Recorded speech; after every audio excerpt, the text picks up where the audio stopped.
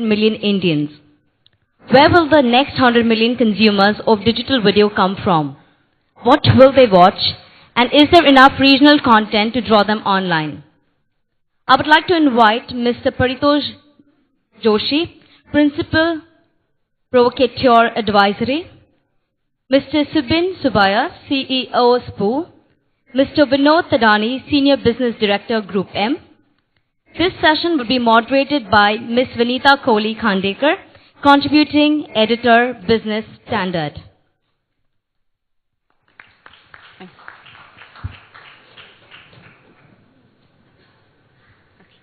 Yeah? Okay, we have to follow this sequence.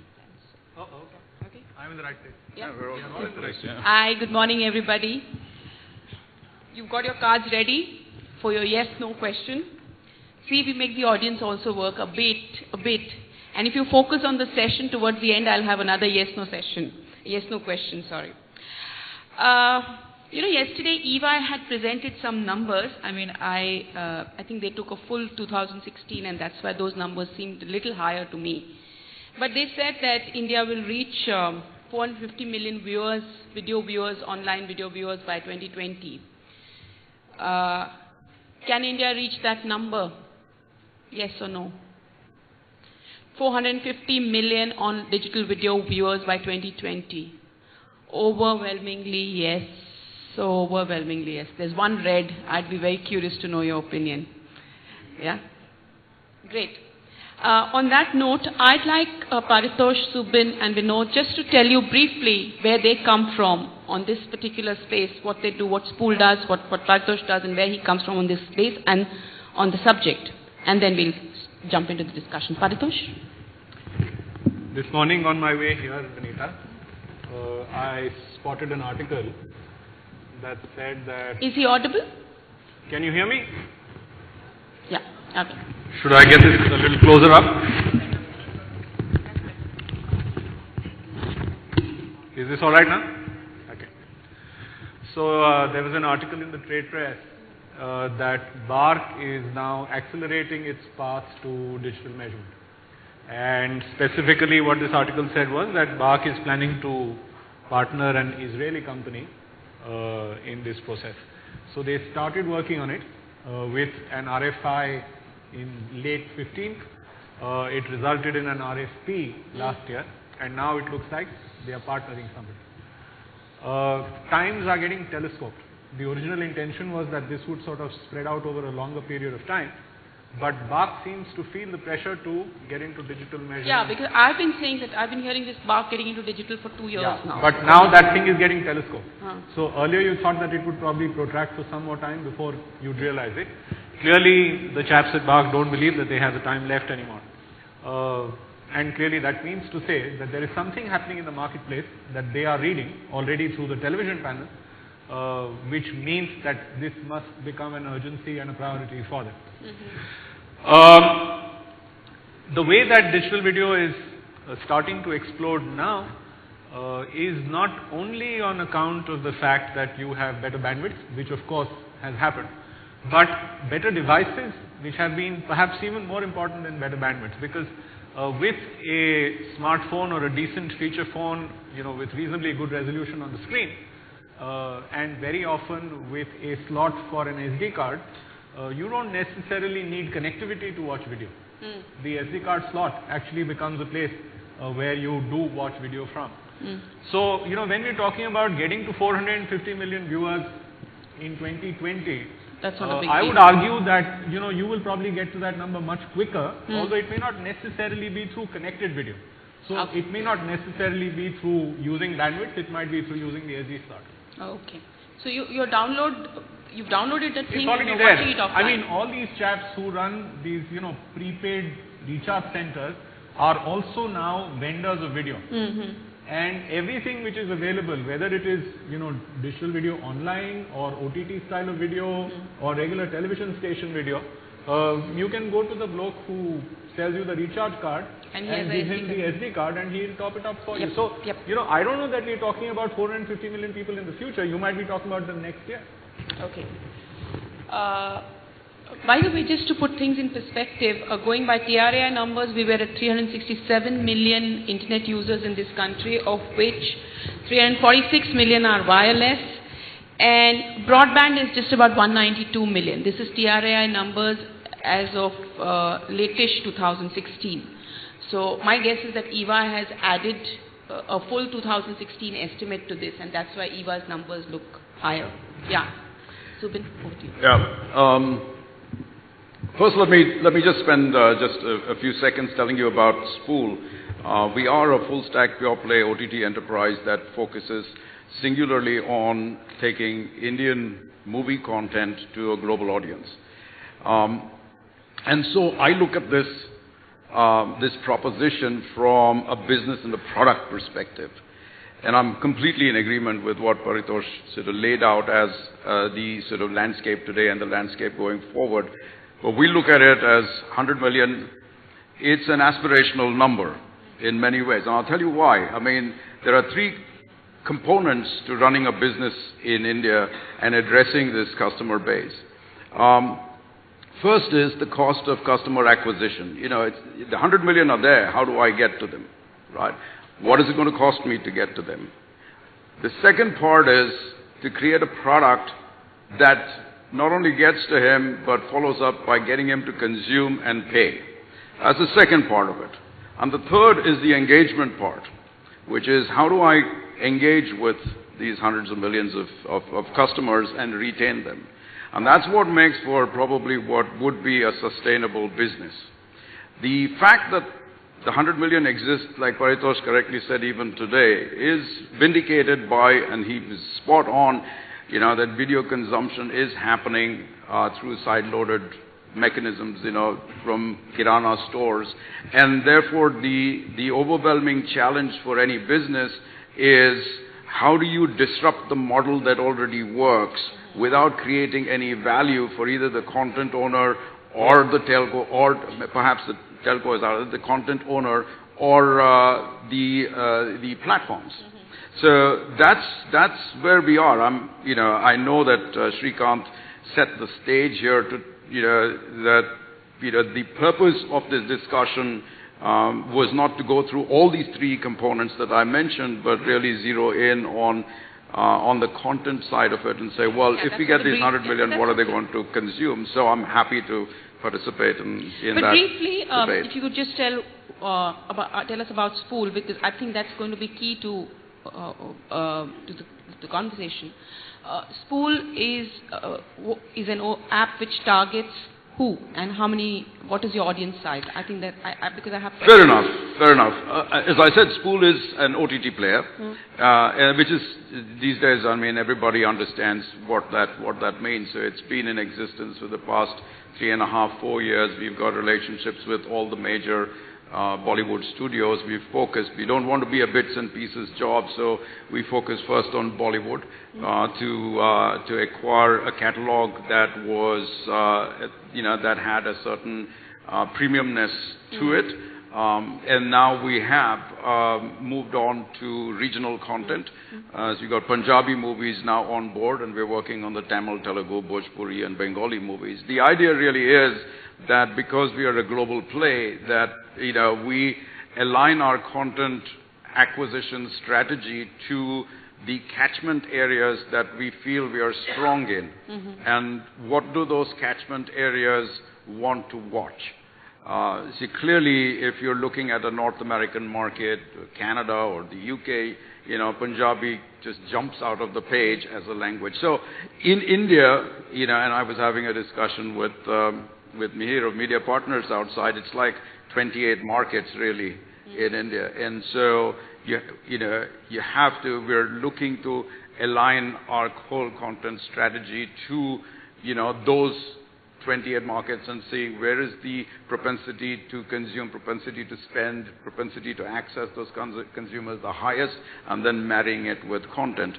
So at the end of the day, Spool today has reached a point where we have close to 24 million users. Okay. We are a freemium model.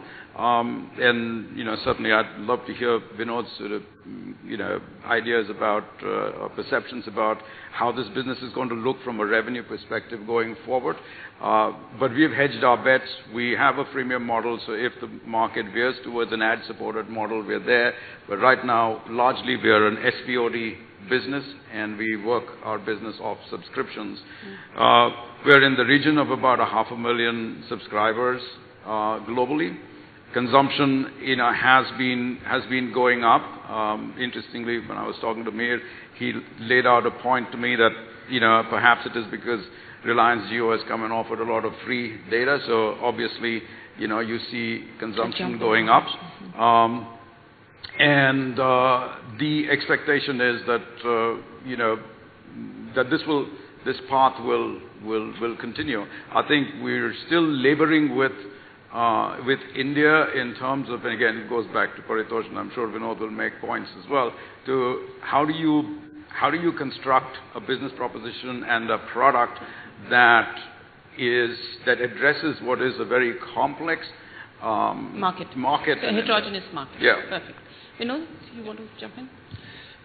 Yeah, so quickly How do we reach the next 100 million? And what is your perspective as somebody from Mindshare, from Group M? Sorry, I should say Group M.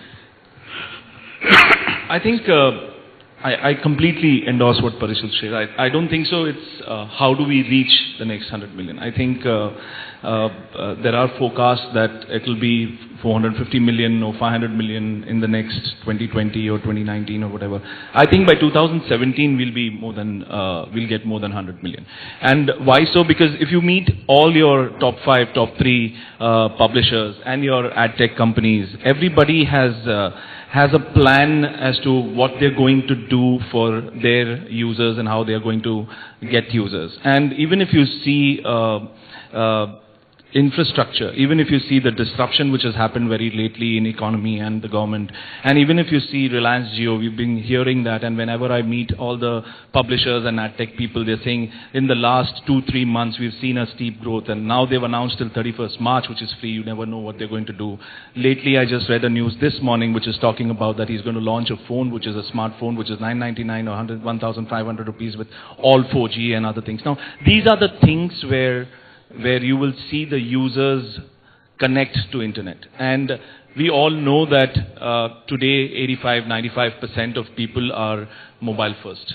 That's where your next 100 million or maybe 150 million are going to come. And it's going to come from tier 2, tier 3 cities in India. Okay. And also I would feel that the consumption is going to increase in urban as well as rural, because there are such a lot of more content, and I'm sure that during this session we'll talk about what kind of content and how do we monetize that. But there's such a lot of new content which I've been you can meeting. kick it off. You can tell us what kind of content you think could drive this, It's one of my key questions here to all of you. I mean, we keep talking, Spool is about movies, and I think we have about 24 OTT apps the last time I mapped this space. And they obviously all centered around entertainment. But are we looking at utilitarian stuff also driving a whole lot of the consumption and the initial growth, and then possibly entertainment taking over? I don't know. I'm just asking the question that what do you see driving this growth? Yeah, I think while entertainment and other things are a given, I think many OTT apps, and today, even if you see the top broadcasters have become OTT, and they've got a lot of sticky content as well as catch-up TV and other things. I think the next kind of content and which we are going to meet are the content creators. If you see the kind of, and I was experiencing last year, we went to this YouTube Fan Fest where we interacted with a lot of YouTube stars. We meet a lot of content creators like the AIB and the TVF and we work with Culture Machine. And now these are the content creators which have excellent kind of content made for mobile, made for web content. And I think they're looking for how do we distribute that content. Can it be monetized well so that they can spend on distribution? I think the kind of content which is going to come in this has to be in more of vernacular language. It can't be only English or Hindi. It's going to be, and I completely endorse your point as well as to, content in Punjab, in Bhojpuri, in Gujarati, in Bengali. That's where your content is going to come from. That's where your users are going to come from. And I think you need, so you have first there was, people were saying that we don't have that smartphones, the internet connection was expensive. Today, the users are saying while we have smartphones, internet connections are much more cheaper, we need more content. So I think it's a circle, and I think if there is a right kind of content in these languages, I'm sure this is going to just explode. I'm going to throw this to Paritosh for now. I know it's very generic, but what is going to drive it? And is there enough content in this country it's not just about the next 100 million. I think the next 100 million is just a mildly aspirational number, but is there enough content, enough sticky content being created for those 5 or 7 or 10 big brothers to crop up in this space? Because Netflix and Amazon don't have them right now. I mean, I don't see, except for YouTube and possibly a couple of others, I don't see big video players. Going back to what you said, so that when you think about, for example, TV today, all right, 2 out of 3 Indian homes have television. And all of those 2 out of 3 are now cable collected. So there was a time when we used to talk about terrestrial. Right now it's not possible to talk about terrestrial, there's none left. So there are 270 million television homes, homes in India, and about 190 million homes are connected to TV. Out of those 190 million homes, probably every single one of those 190 million homes today has a phone in it, a mobile phone in it, and probably a half out of that are feature phones or better. You're adding, 10 million new feature-oblique smartphones a month. So this 100 million number is in sight even if you look at the next 12 months. Absolutely. You get there in 12 months. As far as the nature of content is concerned, one of the things that the YouTube gentleman said, the Facebook gentleman said in the previous session, is that everybody is a content creator. It's just a matter of time before people start getting accustomed to it. One of the third biggest operating system for the mobile phone in India is actually called Indicus or something like that, and it's in the local languages. And what they are solving for is the problem that Android and iOS are only basically in English or in languages which we don't understand. So, in this, whatever it is. Now, that guy is saying that, you need to have an operating system that the person can operate in Hindi or Gujarati or Tamil or Telugu or whatever. And in fact, that's one of my languages. Question, where are the languages? No, so if you put that, if you say that the device is being run on an operating system which is in Tamil, then as a Tamil content creator, alright, I can use, it becomes so much easier for me. I don't need to understand English because now all the menus are being rendered to me in this. And then the same kind of individual sort of initiative that gave you an AIB or that gave you a TVF is today creating stars of people who are doing Bhanga, who are doing Jalikattu, who are doing Povada, who are doing history lessons. Because remember, education will be a big driver. Harsha was telling me, as in Bhogle, that he does 500,000 concurrent streams on his Krigbaz on a routine basis. So sports will drive it because you can't have access to the TV when the match is going on, but you want to get to know what's going on. So all of this will drive it, and there will be enough. And is there enough money to be made in this? Will it all collapse at some point because people don't want to watch dog and cat videos. That in itself is a $100 million question. Right? But if I look at stats, let me comment on that. 60% of all traffic comes from professionally generated revenue, roughly, for the big aggregators. The thing is, we constantly think that revenue for the content creator means revenue that comes directly from the medium. Not true. Okay. Right? Today, my daughter follows a lot of these beauty mavens on Snapchat. We had one on a panel yesterday. Right. Now, there are beauty mavens who are creating lines of cosmetic, lines of skincare, lines of hair care backed by their name. These are 22-year-olds. The first male face of an American brand called CoverGirl, which says girl in the brand name, is a 19-year-old boy who is a makeup maven. He's the first time that CoverGirl has used a boy Interesting. made. Interesting. And he's creating his own line. So, you know, this revenue thing is not about only making revenues from A film or a TV ad-supporting. show ad support. It So comes could from be everywhere else. Absolutely. Very well. Yeah, I think you know, the whole ecosystem, there's the demand side of the 100 million users or the 450 million users, I think is established. The guy has a phone in his pocket. To Paritosh's point, it's become a multi-screen environment. You know, the consumer has been enabled. On the supply side is where the problem exists, because I think the supply side still is struggling to figure out what to provide to these customers and the complex customer base that is emerging. Isn't that getting filled by these people who Paritosh referred to, who, you know, young people who come on their own and they... I think there are, Is that- you know, is that no? what Paritosh is User-generated content. I think the whole supply side, and he's right. I mean, it is so fragmented right now, and the user-generated content is very different from the professionally sort of generated content. There is a demand for both. How much of your database or your data plan and how much of your time are you going to spend on one on the other is a matter of debate. Now, what is happening is there is a lot of post-truth kind of stuff happening, because most popular term in the world. yeah, because everybody is creating an opinion that is not based on objective facts, as the New English Language Dictionary says, but on what serves their agenda. And saying that is what is going to drive consumption. That is the content that is going to be made. In fact, nobody really knows. It's a very congested environment. The customer is largely confused and therefore gravitates to the softest options. What can I get for free? What can I watch for 20 minutes which will do time pass and titillate me? And if I want to go that one step further and pay 50 rupees and watch a recent movie, I'll go to the pirated guy and get it side-loaded. Correct. Right? So, now, what is interesting about the space is that it is very evolutionary. And I always look at it, I hark back to when cable television started in India.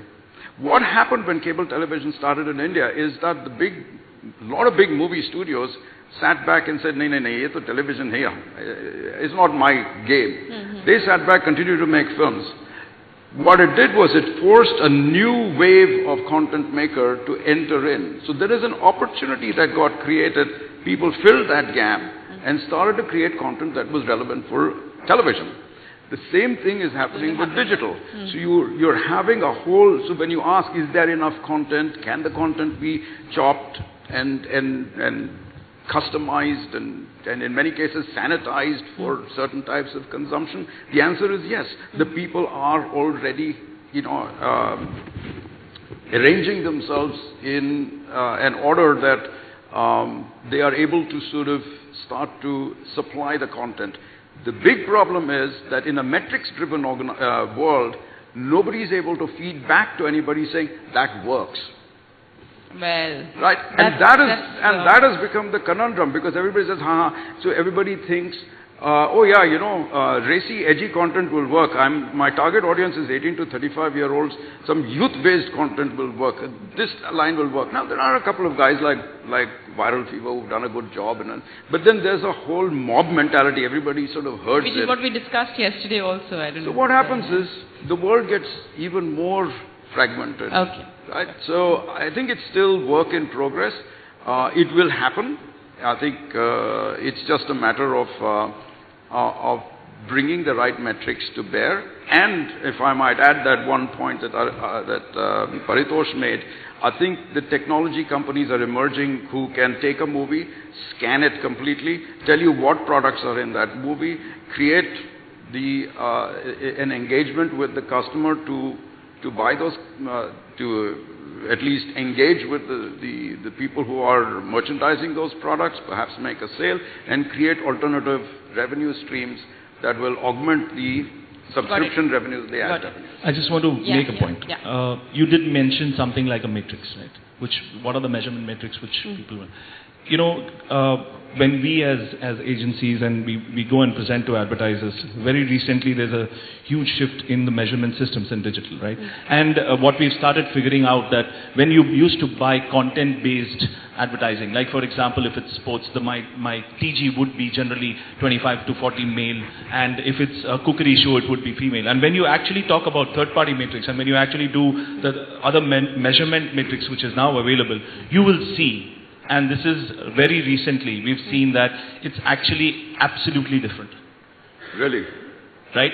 The way you used to buy versus, because you said, okay, this content, I think this is my brand TG, hence it fits in.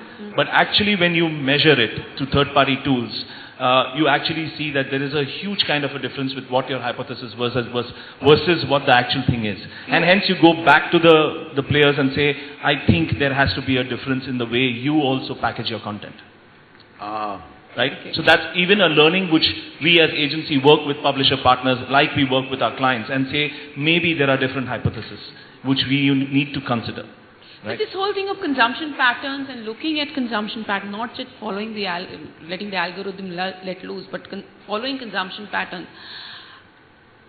There is no overall look that one has. So it is each man to his own, each person with his... I mean, how do you handle this thing?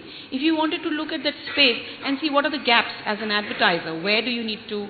what are the gaps I need to fill for my portfolio of marketers, and, which are the audiences? How do you track it for the online space? Do you use the tools that they offer, their analysis, or is there a third party or a neutral analytical tool that you have which gives you a look at that?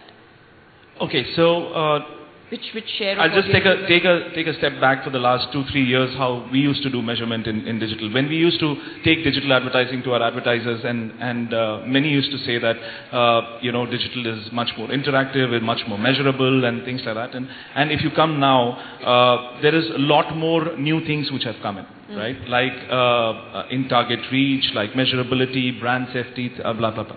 I think what we definitely do. Going forward for our advertisers, and currently the way we plan and then optimize and then do post-evals is, we always depend on third party. We work with those players, and we actually, during the course of conversations and when we get presentations, we speak to our publishers, we talk to them whether you're open for third party measurement. Because that allows me to have a different kind of a measurement system apart from completely believing into what that publisher has to offer. Okay. It may be in the same lines, or like I said before, it could be completely opening up different things. No, you mentioned this twice. Is there any example you can share with us? No, I'm just mentioning it because it has happened time and again with many campaigns of ours, specifically when we are talking about only women TG versus all adult TG. And we've actually seen that what we planned for a women TG is absolutely, the results have come very skewed towards outside the target reach versus what we had planned for. It's like the biggest readers of female magazines used to be men. It was like one time in the 80s Cosmo, and right? 90s. If you remember. So. Great. I think we've sort of exhausted the whole question of whether there is content and which geographies, etc. But if I was to just throw the question of what are the big challenges, and to my mind, broadband and electricity, I mean, it's all very nice to sit in Westin and discuss this, but you go out there to the real India, it is different. And that's why an SD card is there, and that's why we have so much piracy, and that's why... I mean, the fact is, India is not only people like us, it's a lot many people. So what are that is to my mind the big challenges. What are the challenges as far as, if you guys are looking at it, on growing content? I hate using the word content, unfortunately, because... these are films, these are pieces of music, these are pieces of art, and we keep calling them content, and I think somehow dehumanizes them. But nevertheless, true. For purposes of, it's a generic word, you can't run away from it. I will use the word. So what are the challenges, if I was to throw that too? If I might sort of, because I guess, I'll just put the business challenges together. I think accessing, we're very, very gung-ho about infrastructure in India, and it's where it's going and how it's improving. But I think it's still got 12 to 24 months to go to stabilize. So a user experience cannot be, cannot reach its optimum level until that happens, and I'm not just talking about infrastructure, I'm talking also about, because access to infrastructure may improve, but the payment mechanisms that are used here, the mindset about how payments are made is another, which is a major enabler for people to actually consume Speed content. of infrastructure improvement and payments is to your mind Is a big challenge, and it's a big challenge in two ways. One is that, as people want to pay, and when you want to reach 100 million, you can't reach it in the Netflix model. They're not the 800 rupee customers or 500 rupee customers. You have to go downstream and sachet price these things. It has to compare to what he can get through a side-loaded, effort from somebody else. If you really want to disrupt the market, which means you have to give him, a payment mechanism that they can work. But the payment mechanism that which works most easily, is the most expensive payment mechanism. So from a business standpoint, it is not efficient. I got it. We got a minute. Yeah, I need to please, wrap up. please. Paritosh, challenges? No, I think the challenge, one thing which Metric. is really measurement. And that's something you are because- very, very familiar with. Yeah, on the- so we have half a minute. But the thing is this, that those metrics from a joint industry body are on their way. So therefore this anxiety about, is there a way by which I can actually validate, even if it is a third-party measurement. You want a third-party joint industry measurement that is, acceptable as currency, and I think we are getting it. Anything on challenges? What do you think could hold back growth? Hold back Besides growth. demonetization, of course. I don't know. I don't think so. There's anything which can hold back growth. I think the only thing is for OTT players or content providers. I think it's something where it's a huge investment from their side or the company side. They need to understand how can they monetize this, whether it's a freemium model, whether it's a paid model, or it's purely monetized through advertising. I think that could be one of them. Perfect. So You're right. revenues, infrastructure, payment mechanism, metrics. Thank you. We are clearly out of time. Thank you, panelists. And, instead of giving you boring little trophies, we give you your photographs while you were talking. So you can keep them on your desk, or you can give them to some relative who really hates you. Or post them on Thank you. Facebook. Well, these are some really Post candid them on pictures. I hope they Facebook. like it. Thank you so much, panelists. Thank you.